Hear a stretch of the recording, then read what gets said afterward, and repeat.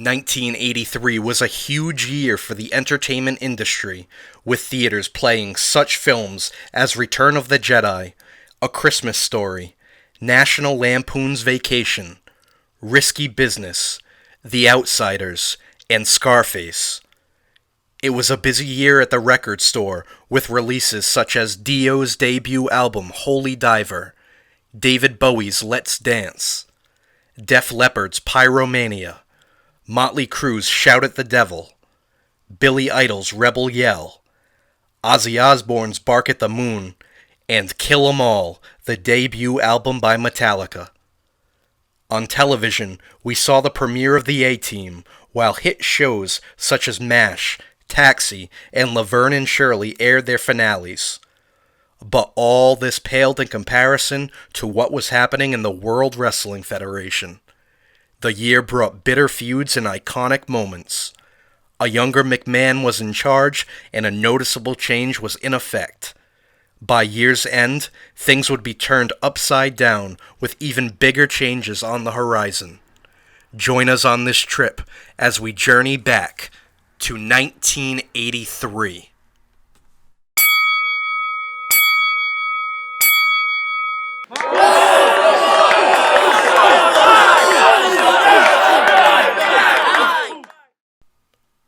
On the January 8th Championship Wrestling, WWF champion Bob Backlund was presented with a new championship during Rogers' Corner. Shortly after, the first major challenger of the year would be decided. On January 22nd in Madison Square Garden, Don Muraco would defeat Pedro Morales to become the new Intercontinental Champion.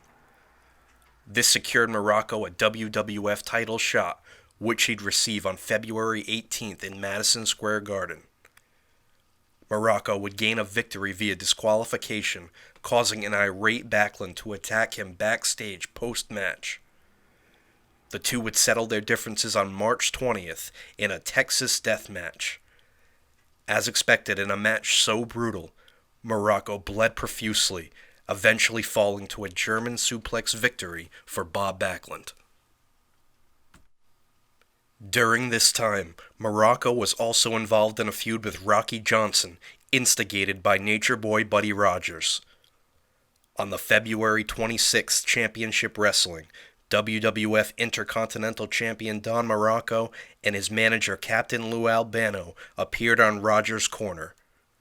Rogers asked Muraco when Johnson would receive a title shot, with Muraco barking back that Johnson didn't deserve it. Johnson walked onto the set, stared Muraco in the eyes, and asked for a title shot. An intimidated Muraco accepted. The match took place the following week, with Johnson locking his signature abdominal stretch on Muraco. Albano would interfere, costing Johnson his title opportunity. A rematch was signed for May 23rd in Madison Square Garden, but the match would reach curfew. Johnson would receive one more title shot, occurring on May 28th in the Capitol Center. Muraco was bloodied and sensed the title slipping through his hands. Special referee Swade Hansen became the victim of a cowardly attack by Muraco, causing a disqualification. Muraco was still Intercontinental Champion, but Johnson would have another opportunity at gold later in the year. The purse for Big John Studd's Body Slam Challenge had risen to $10,000, attracting the attention of Gorilla Monsoon. Monsoon would receive his opportunity on the February 19th Championship Wrestling and nearly accomplish the seemingly impossible feat. If it weren't for Studd holding onto the ropes for leverage, Monsoon's legs wouldn't have given out beneath him. 1 week later, a confident Studd called out anyone to take his challenge. The man who'd answer would be Andre the Giant, sending Studd into a state of panic. Andre hoisted Studd high above his head, but sensing defeat, manager Classy Freddie Blassie ran into the ring and pulled Studd's legs down. The Giant let go of Studd and attacked Blassie, who ruined his chances at the prize money. On April 25th in Madison Square Garden, the two giants collided, with Andre having a better showing. Stud walked away with his tail between his legs, taking a count-out defeat. There wouldn't be anywhere for Stud to run on July 23rd in the Capitol Center, as he was forced to face Andre in a steel cage match. Stud was not only bloodied, but Andre managed to body slam him in the center of the ring. Following the incredible display of power, Andre climbed to the top rope and hit a giant splash onto Stud. Andre exited through the cage door to gain a victory and solidify himself as the true giant of the WWF. WWF Intercontinental Champion Don Muraco appeared on Rogers' Corner on the June 18th Championship Wrestling, claiming that nobody respected him. As he continued to air his grievances, Superfly Jimmy Snuka made his way to the ring for his upcoming match. Taking offense to this, Muraco made his way to ringside, spitting at Snuka. An angry Snuka leapt over the top rope, connecting with a suicide dive onto the Intercontinental Champion. Snuka continued his assault, pummeling Muraco and ripping the suit right off of his back. The locker room emptied to restrain the Superfly, allowing Muraco to regain his bearings. Wielding a microphone, Muraco attacked Snuka, bloodying him. The pandemonium continued as everyone scurried to separate these two bitter rivals. The following week, Vince McMahon interviewed Snuka in an empty arena, recounting the wild events. Snuka became enraged, wielding chairs furiously and screaming his hatred towards Muraco. He'd get his hands on Muraco on July 16th in the Philadelphia Spectrum, unleashing his wrath and bloodying the champion. Amidst the beatdown, the referee tried to restrain Snuka, but wound up the recipient of a rabid punch. The locker room would once again empty to restrain Snuka, with Muraco staggering up the aisle to safety. On July 30th, the two would battle in Madison Square Garden, with Muraco delivering a tombstone piledriver to Snuka on the concrete floor. Snuka bled profusely, but fought back with the heart of a lion, eventually gaining the advantage. Muraco was left staring at the ceiling as Snuka leapt off the top rope, delivering a devastating diving headbutt. Muraco was now bloodied, but he'd still managed to escape with his title thanks to the double disqualification decision. Superstars would have to again restrain the two, with this issue still being left unsettled. The company hadn't seen a feud this intense in some time, and the conventional match wouldn't be appropriate for these two. On October 17th in Madison Square Garden, one of the most famous steel cage matches in history took place. Snuka and Muraco charged at one another with passion and rage, attacking each other like wild animals. It wouldn't take long for the blood to spill and the violence to amplify. The ending would be something nobody saw coming. Snuka would deliver a jumping headbutt to Muraco, sending him flying backwards head over heels. The force of his body crashed into the cage door, knocking it open, and Muraco tumbled to the floor for a victory. An irate crowd jeered as a bloody Muraco was handed his Intercontinental Championship. Snuka reversed that reaction as he pulled Muraco back into the cage to continue the carnage. In one of the most famous moments in the history of the company, Snuka scaled the cage and perched himself atop. Throwing caution to the wind, he soared from the top of the cage onto a foiled Muraco. The New York crowd roared in approval in a must-see moment for any wrestling fan.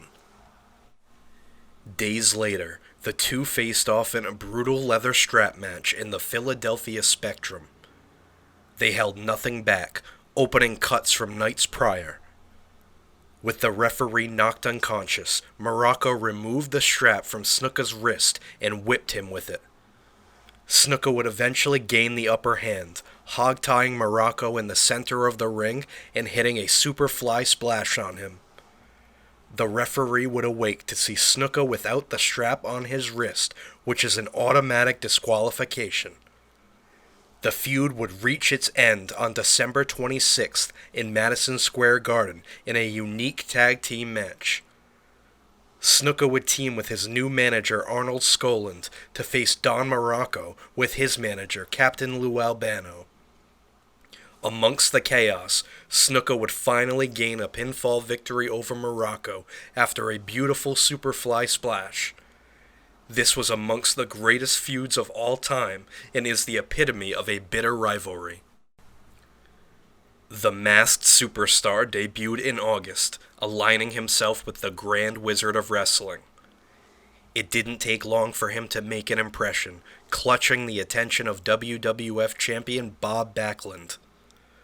On the September 24th Championship Wrestling, the Masked Superstar faced Backlund's protege, Eddie Gilbert. Superstar delivered a devastating swinging neckbreaker to Gilbert on the concrete floor, injuring him. The show continued, but Gilbert remained still on the floor for the remainder of the broadcast. While paramedics attended to him, Backlund was by Gilbert's side. Sergeant Slaughter would make some disparaging remarks about the injured Gilbert, who was eventually loaded into an ambulance. The following week, footage was shown of Gilbert hearing some bad news from his physician, Dr. Zahorian. Zahorian informed Gilbert that he'd suffered a hairline fracture and couldn't wrestle until further notice. The Masked Superstar showed no sympathy, referring to Gilbert as a doormat and wishing it had been Backlund that was injured instead. On the October 5th Championship Wrestling, Bob Backlund appeared on Rogers' Corner. He rallied the fans and said that Gilbert can't give up. Backlund would attempt to extract some revenge on Superstar on October 17th in Madison Square Garden. Unfortunately for the champion, it was Superstar who would walk away victorious in controversial fashion. Using the same move that put Gilbert on the shelf, Backlund tasted the concrete floor via the lethal swinging neckbreaker. Backlund would lose by countout. On the October 22nd Championship Wrestling, the Masked Superstar and the Grand Wizard of Wrestling appeared on Rogers' Corner. Backlund happened to be at ringside, using his ab wheel for the entire broadcast to prove how fit he was. Superstar talked trash about Backlund and called Eddie Gilbert a nobody. Wizard revealed that they sent a card to Gilbert in the hospital that said, "Stay sick." But Gilbert continued to train with Backlund and returned to the ring on the November 19th Championship Wrestling. Backlund would shut Superstar up on November 21st in Madison Square Garden, avoiding the swinging neckbreaker and winning with a victory roll. The Wild Samoans dominated the tag team division, winning the titles from the Strongbows on the March 19th Championship Wrestling. Captain Lou Albano managed the new champions to a lengthy title reign. On November 12th Championship Wrestling, Nature Boy Buddy Rogers endorsed the team of Rocky Johnson and Tony Atlas, calling them the future champions. Johnson and Atlas received their title shot 2 weeks later, however the match ended in a disqualification. Pat Patterson interviewed Albano and the Wild Samoans on the December 3rd Championship Wrestling. A challenge was proposed for a rematch with no disqualification. The following week, that match occurred. As expected, things got out of hand, with the referee getting in the path of the mayhem. With the referee unconscious, Albano entered the ring with a chair. Afa held a helpless Atlas as Albano swung, but Atlas miraculously powered out at the last second. The chair shattered over Afa's head, and Johnson covered him for a victory. A celebration ensued with the new WWF Tag Team Champions, Rocky Johnson and Tony Atlas. On the September 17th Championship Wrestling, Classy Freddie Blassie led a man to the ring that was formerly known as the Great Hussein Arab. He was now known as the Iron Sheik, and he quickly climbed the ranks, submitting his opponents with the camel clutch. Sheik received a shot at the WWF Championship on November 24th in the Philadelphia Spectrum. Bob Backlund retained his championship in an excellent bout, but Sheik would remain a thorn in his side. December 24th Championship Wrestling featured Sheik challenging Backlund to take the Persian Club Challenge. Sheik demonstrated the feat of strength with ease, swinging the heavy clubs repeatedly. Backlund saw the challenge and accomplished it, causing Sheik to attack him in an act of jealousy. History was made on December 26th in Madison Square Garden, sending the WWF into a completely new direction. Backlund and Sheik put on another technical wrestling classic, but ended in controversy. Sheik applied the camel clutch on Backlund, aggressively wrenching the champion's neck. Backlund's manager, the Golden Boy Arnold Skaaland, couldn't stand the thought of Backlund being injured, leading him to throw in the towel. The Iron Sheik was the new WWF champion. Lord Alfred Hayes interviewed Skaaland in the locker room, who was icing Backlund's neck. Skaaland revealed that he knew Backlund was injured from the attack 2 days prior and advised him not to compete. Backlund wept, saying that he let his country down. Meanwhile, Sheik and Blassie celebrated, but there were big things to come in a mere matter of weeks. The year featured other memorable moments, such as the debut of Mr. Wonderful Paul Orndorff and the return of former champion, the Russian Bear Ivan Koloff. Pat Patterson would make comments on the October 15th Championship Wrestling that he didn't like how Koloff treated Americans. Koloff responded, calling Patterson a dirty pig and striking him in the face. They'd square off on November 21st in Madison Square Garden, followed by a match that saw Koloff bloodied on November 24th in the Philadelphia Spectrum. We lost a legend this year, as the Grand Wizard of Wrestling passed away. On a higher note, Championship Wrestling aired on the final day of the year and featured an appearance by Vince McMahon on the short-lived segment Victory Corner. McMahon prophesied that 1984 would be a big year with an influx of talent.